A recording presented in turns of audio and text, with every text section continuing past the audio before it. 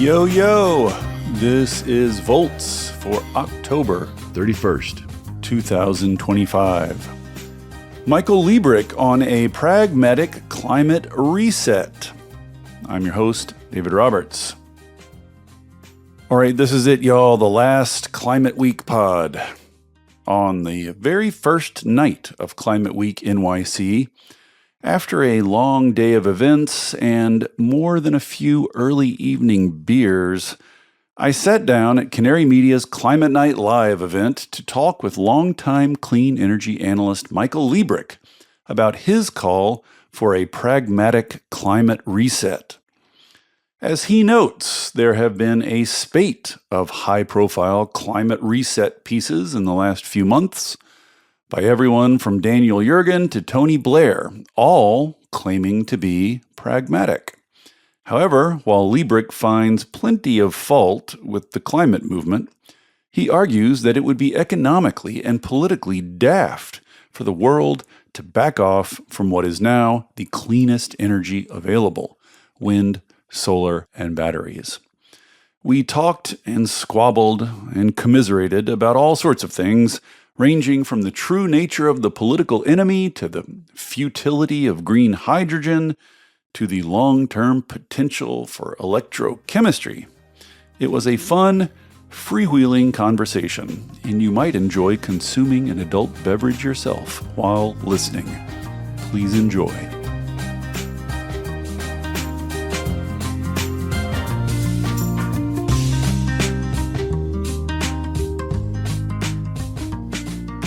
Hey everybody! Hello! Woo! I wish I could play the Volts music, but you can all just imagine it in your heads. Welcome everyone. We're here today to chat about various things.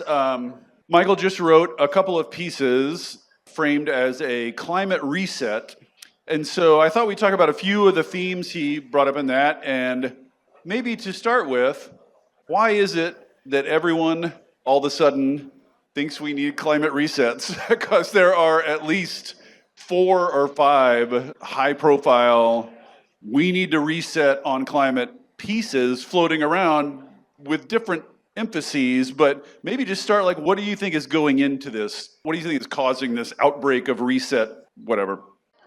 So it's great to be here. Thank you very much, everybody. Thank you, David. So I was really bummed because I've been meaning to write a climate reset piece for some time, and I write for Bloomberg. I don't do anything else for them, but I do write. But those pieces take me a long time to give birth to, and it took ages. And Tony Blair, You got scooped by Tony Blair. Scooped by Tony Blair, who came up with this climate reset, and he said, we got to be pragmatic. We got to do direct air capture, just like Climeworks is doing in Iceland. And we got to do lots of nuclear SMRs, and we got to do post-combustion CCS. And I'm like, this is kind of bullshit. So I had to do my reset then in the wake of Tony Blair's. But why is it that there's this spate of... Because I think that the kind of society's response, the zeitgeist, what do we think of climate, is suddenly up for grabs in a way that it hasn't been for, I'm going to say, 5 or 7 years. There's been a consensus. Frankly, I think it's been a fairly stultifying consensus, very conventional. It's been very transgressive to disagree with it. And then suddenly, you could say Trump's election kind of enabled a lot of people, by the way, on the fossil side to say, oh, we need a reset. The transition it's not working. The grown-ups always knew it wouldn't work, and now we got to stop doing this silly stuff. So everybody has basically got a reset going, including me.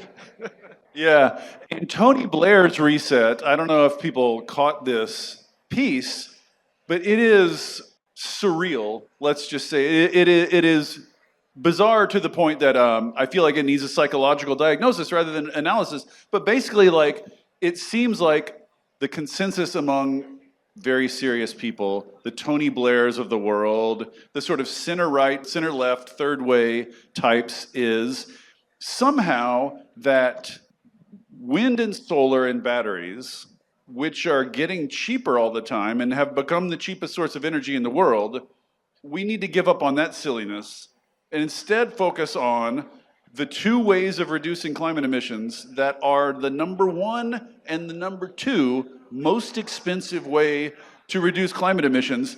And I just don't know how to address that analytically. I feel like, are there economic forces at work? Like, who is generating this opinion? Because you can see that that's crazy by just Googling, like, you know what I mean? So, like, what is happening that is bringing people around to this odd view?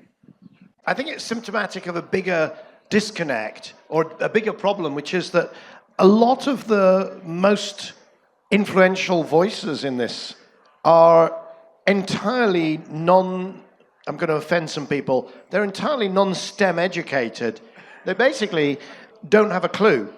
And if you don't have a clue, then you just chase the latest shiny thing.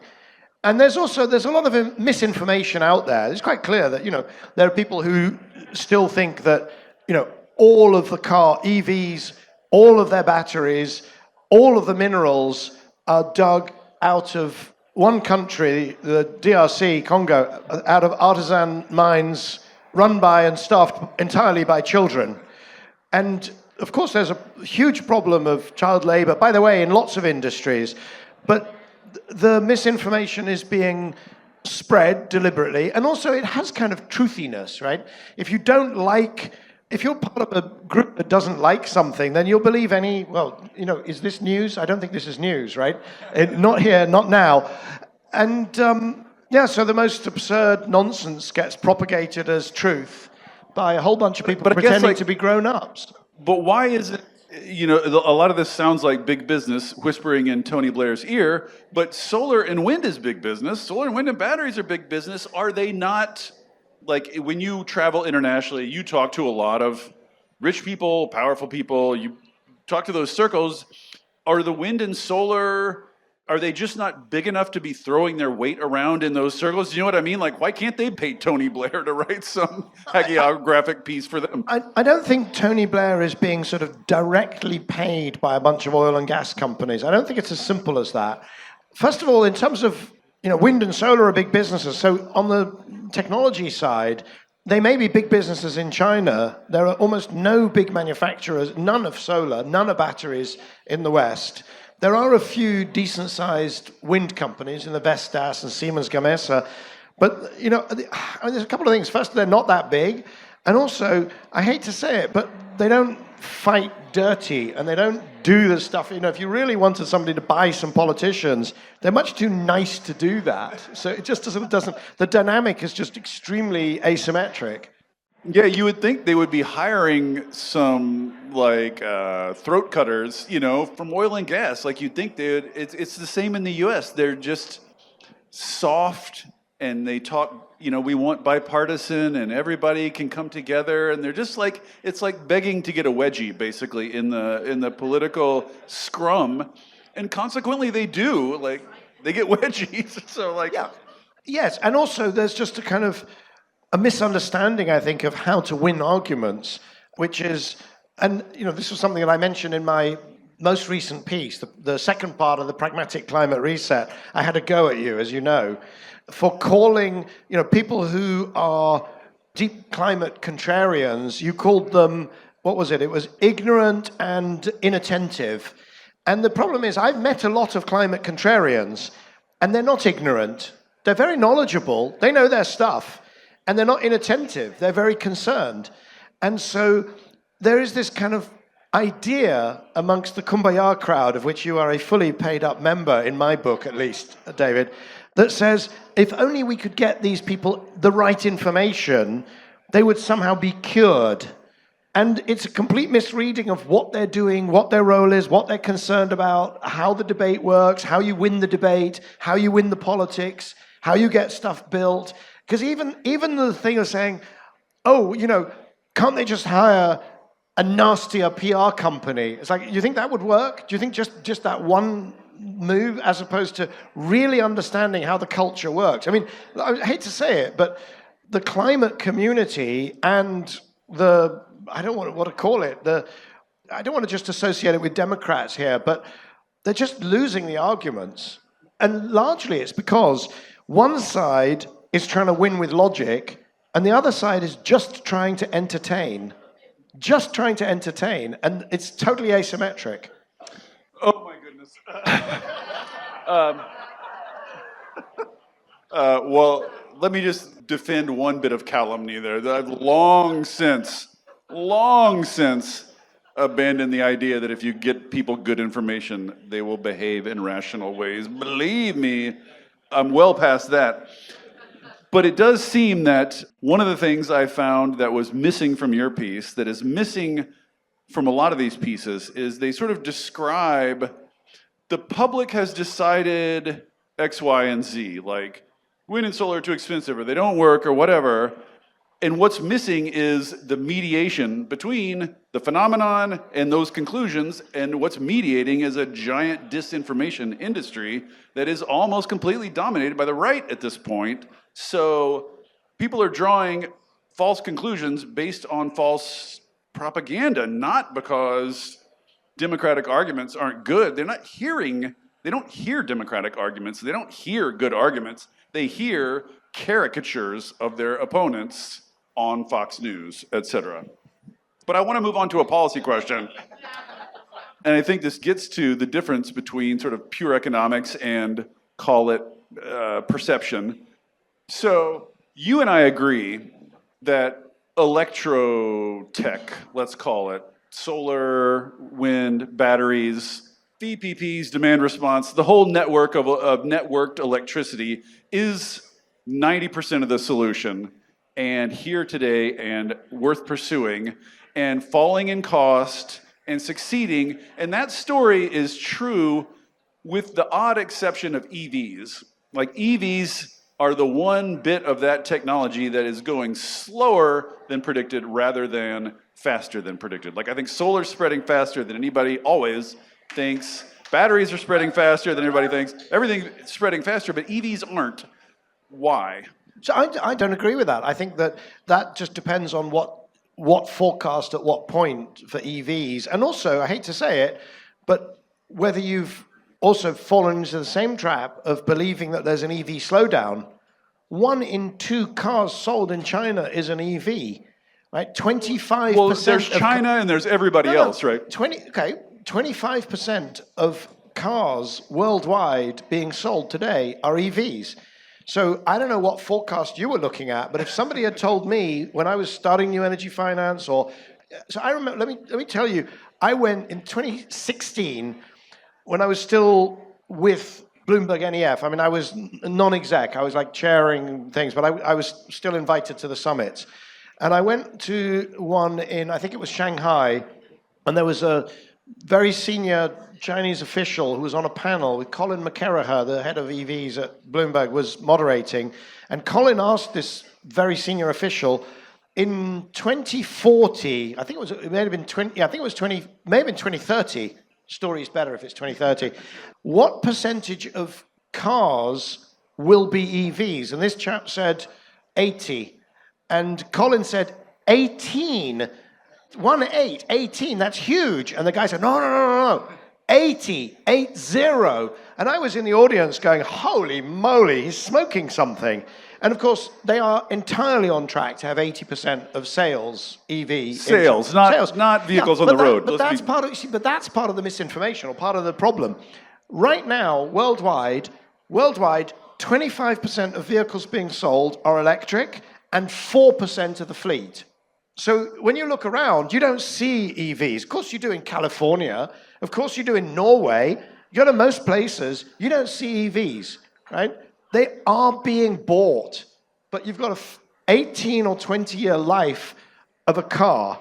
The average age of a car on the road is 11 years. And most people think that means that cars last 11 years. They don't. They last 22 years if there's no, it's just the maths. And so what do you expect to see? This is actually part of something that I covered in part 1 of my piece, which is if your view of the transition is radical and dramatic, right? We're going to just sort of walk away from 50% of our fossil fuel. We're going to cut emissions by 50% by 2030 means walking away from 50% of all of our energy infrastructure in 12 years or whatever, from when that 5 years. Now, it's not going to happen. It was never going to happen. So if you measure against that, and of course you think that it's not, and if you measure EVs against, well, I don't see 25%, I don't see 50%, I don't see, well, of course you don't, but you will, because there is a transition going on, and it is happening. Well, on the other end of the electrotech spectrum, I had another question for you. So I agree, obviously, like 80%, 90% is stuff we already have, let's pursue it. And you make the point that some of these heavy industries that people are very concerned with and spend a lot of time talking about and worrying over are just not that big global emissions source. And if that's all that's left emitting in 2040, like, we'll be well off. Granted all that, but what I wonder is, why do you not have faith in electrochemistry tackling, say, green steel or green concrete? Or like, if you believe that electricity, a clean electricity, is going to become super cheap and super abundant, why can't we use that to create steel electrochemically? Why don't you think that's solvable? Why don't you think that's in reach? Is this like a hydrogen question masquerading as an electrochemistry question? No. I don't even think you need hydrogen. Like, right. It's not all electrochemistry is hydrogen. No, so I do.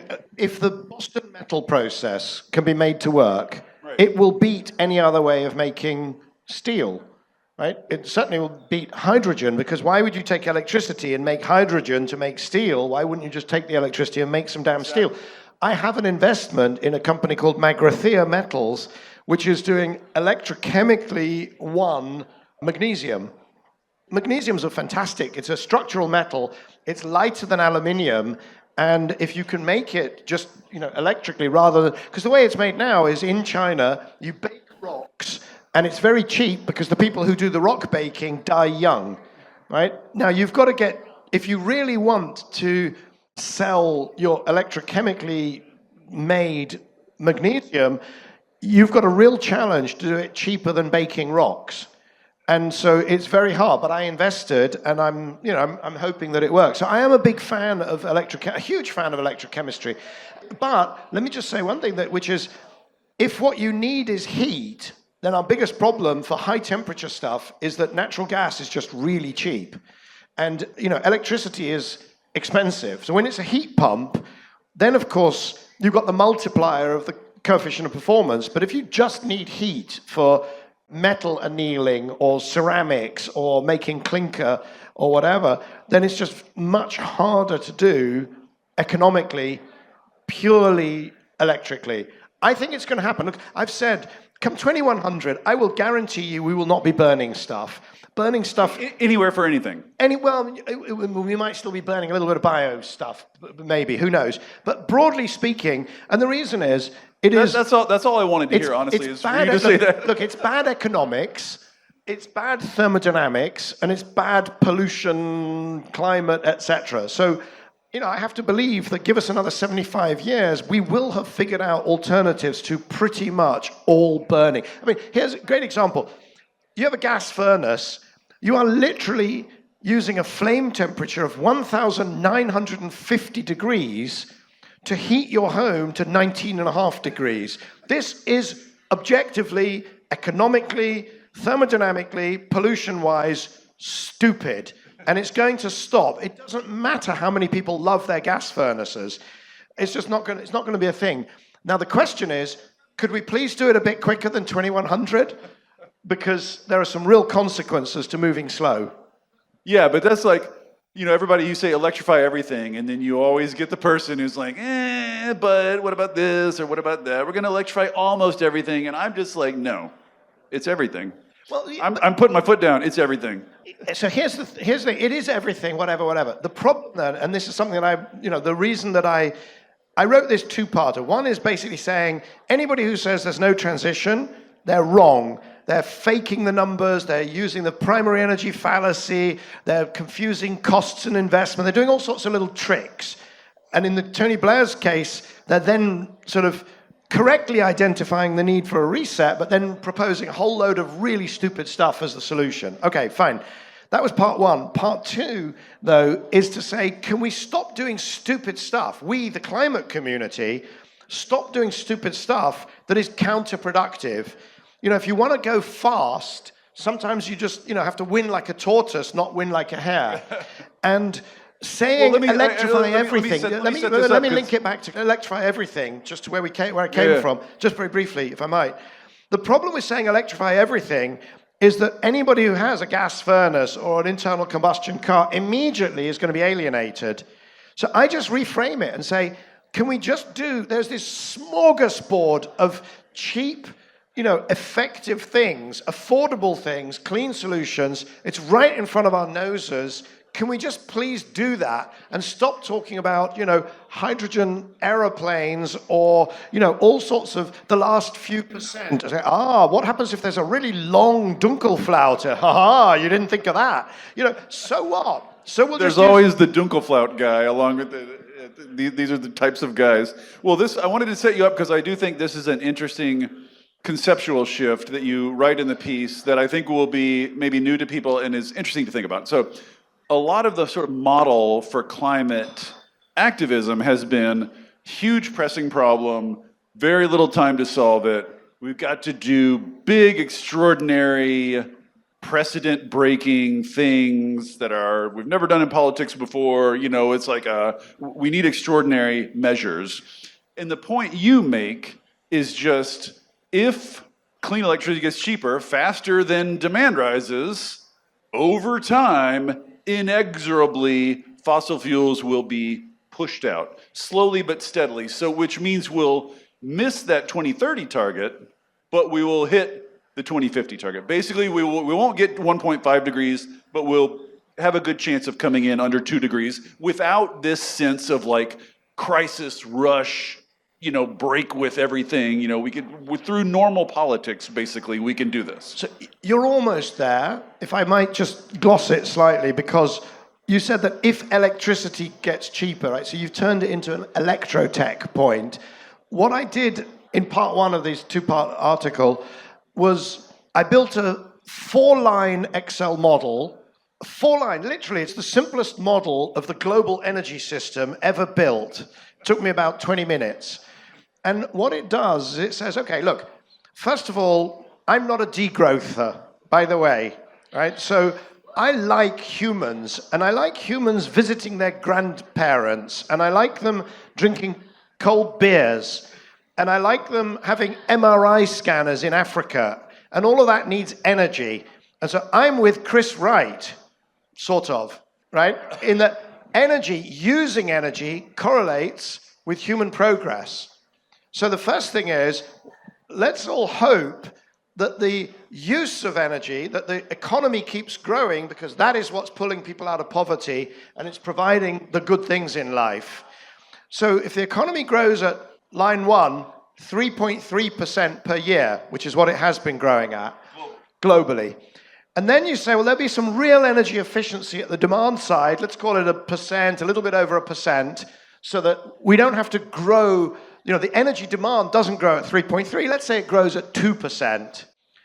And then let's start with the correct figure, not the primary energy figure, but the correct figure for clean energy services, which is basically 1/3 of everything is clean already, not 20%, 1/3. Let's start with that.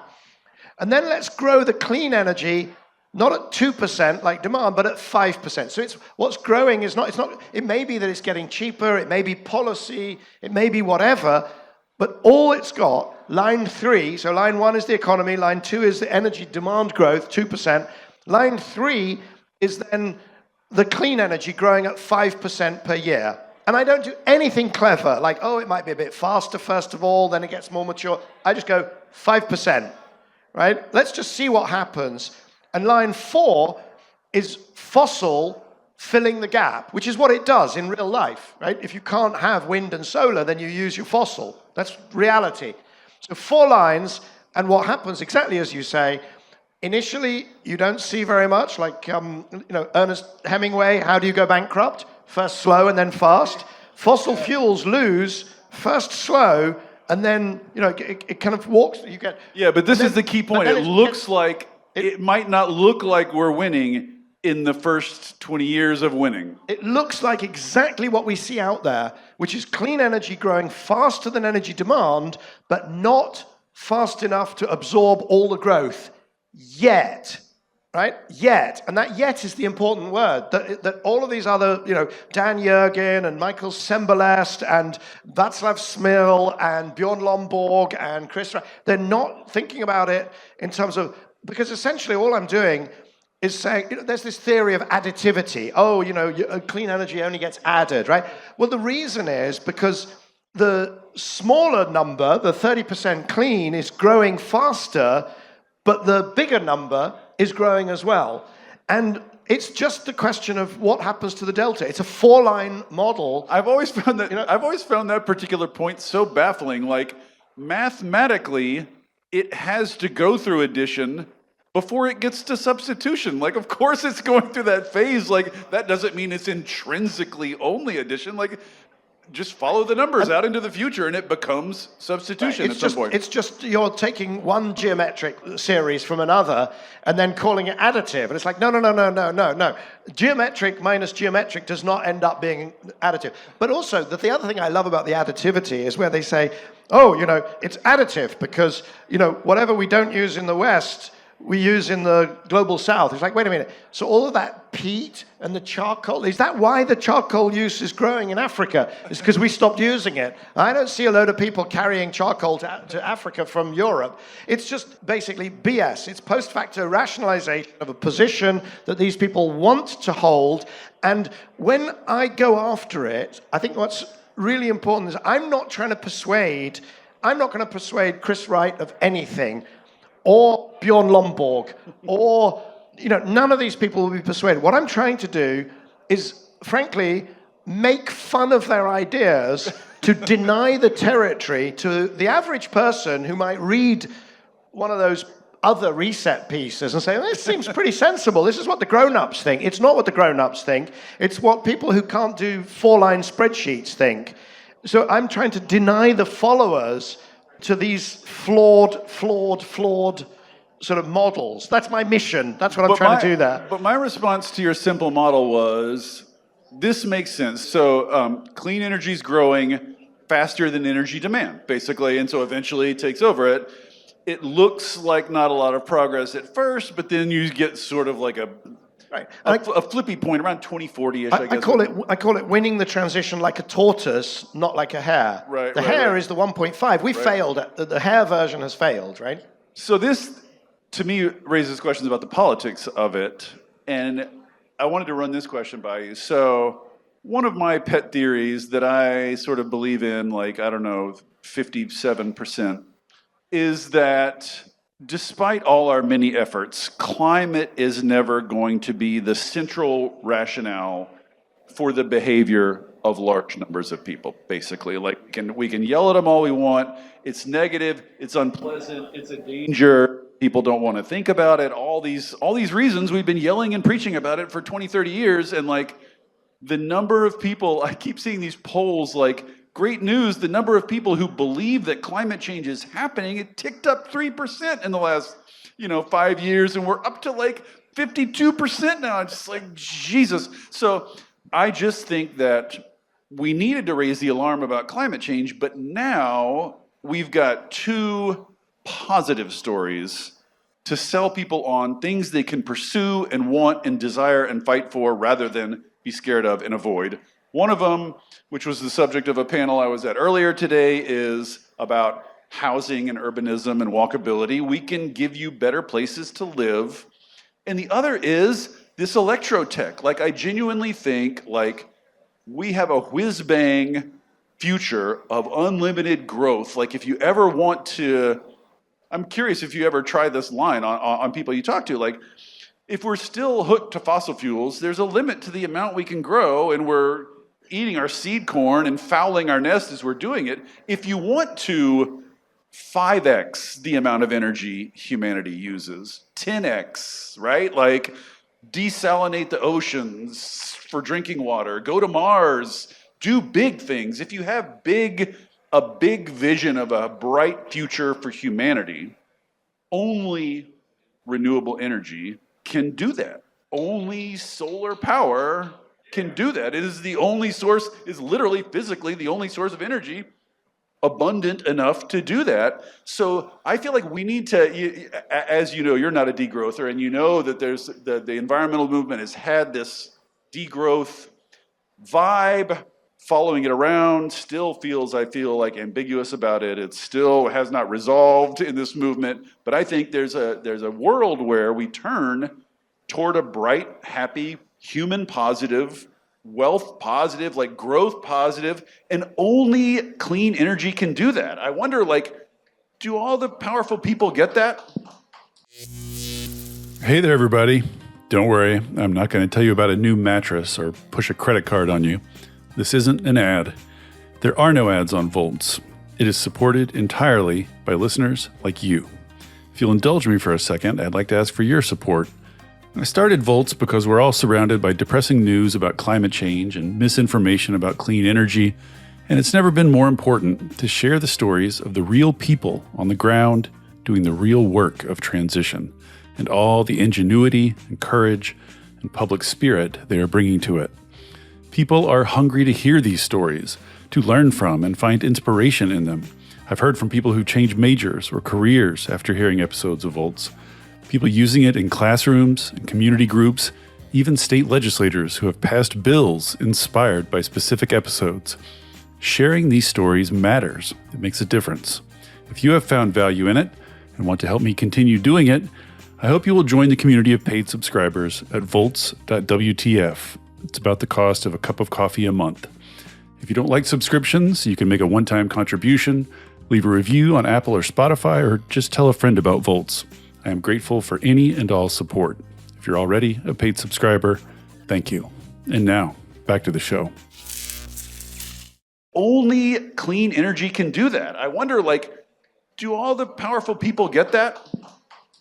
I don't want to be a downer, but I'm not buying that argument. And you know, it's great. Look, we've all had a few beers and we're among friends and it sounds great and woo, let's do it and so on. Fine. But you know, if you're talking to the average person and you're saying, well, you know, because we can't keep going, things can't keep going as they are for 200 years unless we do this wrenchingly painful thing today, I think you're not going to get many votes in an election. No, I'm saying, like, we can offer you cooler, better stuff. Like a cooler, better life, a better life with better stuff in it. Oh.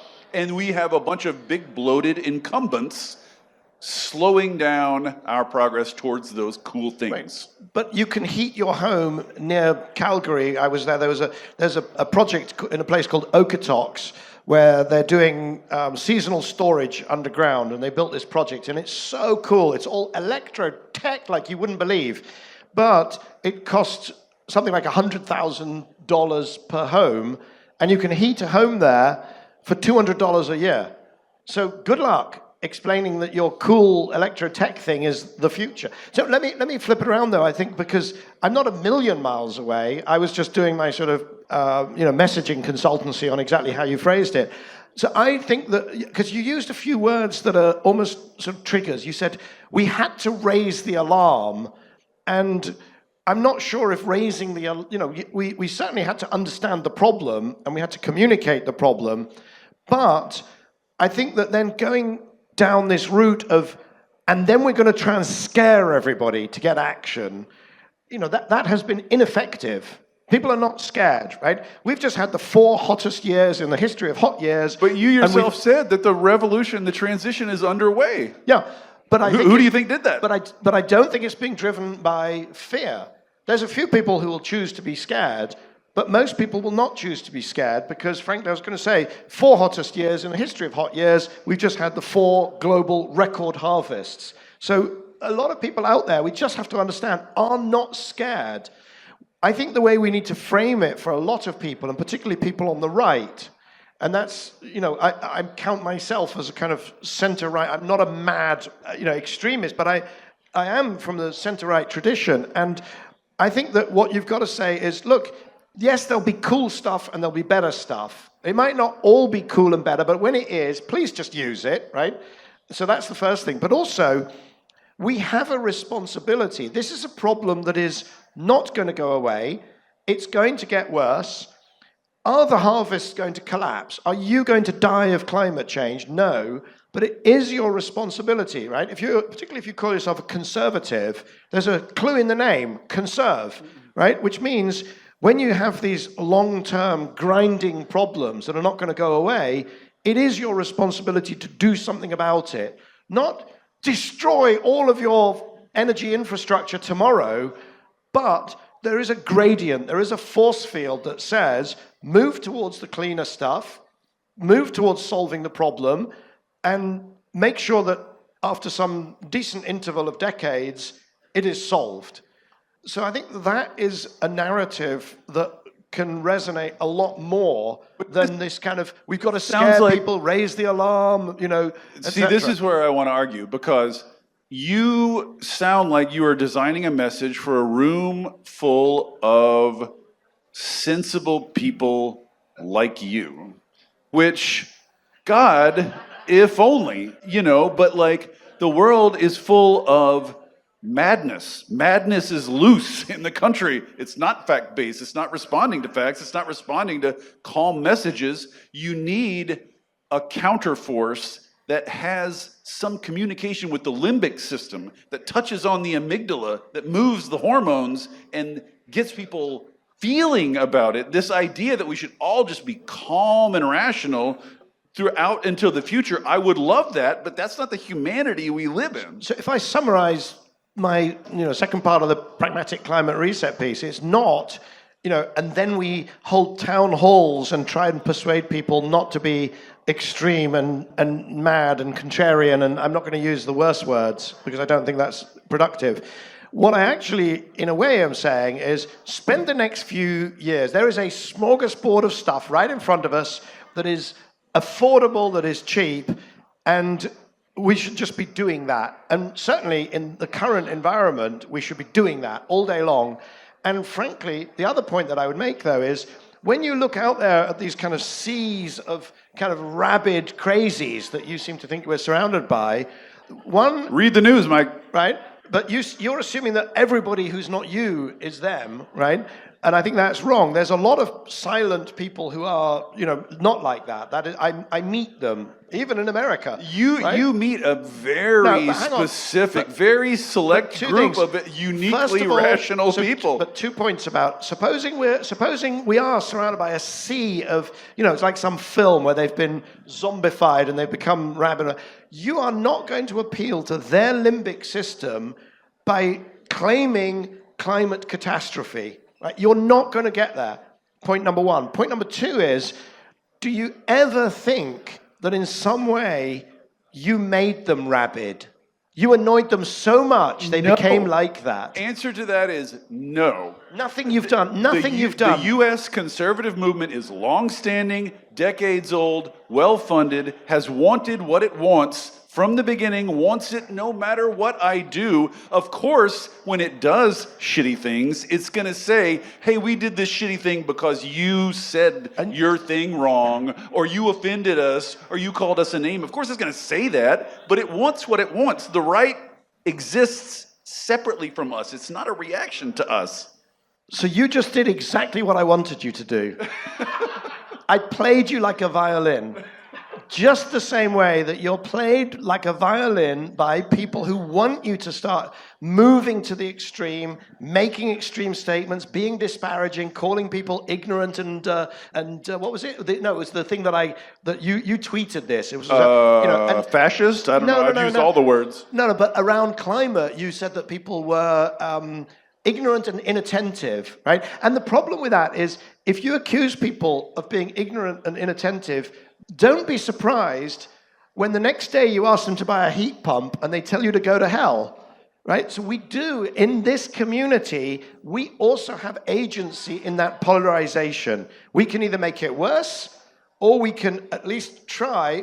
And again, I'm not talking about the real extremes, right? The people who are out there on social media tweeting every day about how solar power never earns back the energy used to make the power. But Michael, they're not tweeting, they're running the country. The people running the country think solar's a myth. They think wind causes cancer. They're canceling almost built offshore wind projects, these are irrational, crazy people. They're not some fringe. They're running things. They're on your TV. And who voted for them? Everybody who voted for them is as crazy as that. Every single 50%, because then, not all of them. I'd say probably 30%. Okay. Percent of the U.S.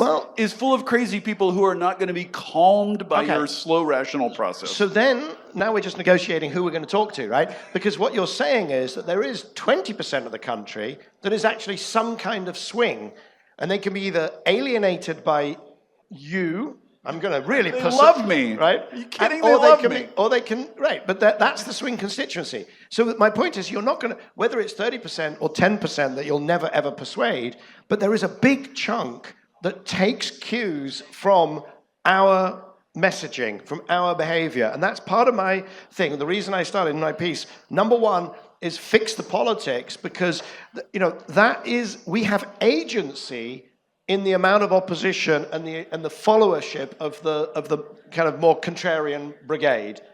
I guess I would say what those people are responding to is not us. They are never exposed to us. What they hear is a caricature of us delivered by Fox News, so we can say whatever we want. Fox News is still going to tell them that we're crazy. Sorry, David. Millions of people have had their commutes disrupted by Just Stop Oil. Millions? And millions, yes, because they keep on doing it over a period of years. So literally, millions of people have been disrupted, and those are the people you then want to go and buy an EV or buy a heat pump. And they are predisposed by that experience to believe that all that stuff is crap and doesn't work. They'll believe any stupid stuff that's propagated by the contrarians because you've annoyed them. Well, we're going to have to leave it there with Michael being wrong about this. I enjoy being like the token conservative in the room. It's like, I don't know if anybody else... we have to wrap it up. Thanks, everybody. Thank you for coming. Subscribe to Volts and to... Cleaning Up. Subscribe to both. It's on every good podcast platform and on YouTube. Thank you for listening to Volts. It takes a village to make this podcast work. Shout out especially to my super producer, Kyle McDonald, who makes me and my guests sound smart every week. And it is all supported entirely by listeners like you. So if you value conversations like this, please consider joining our community of paid subscribers at volts.wtf, or leaving a nice review, or telling a friend about Volts, or all three. Thanks so much, and I'll see you next time.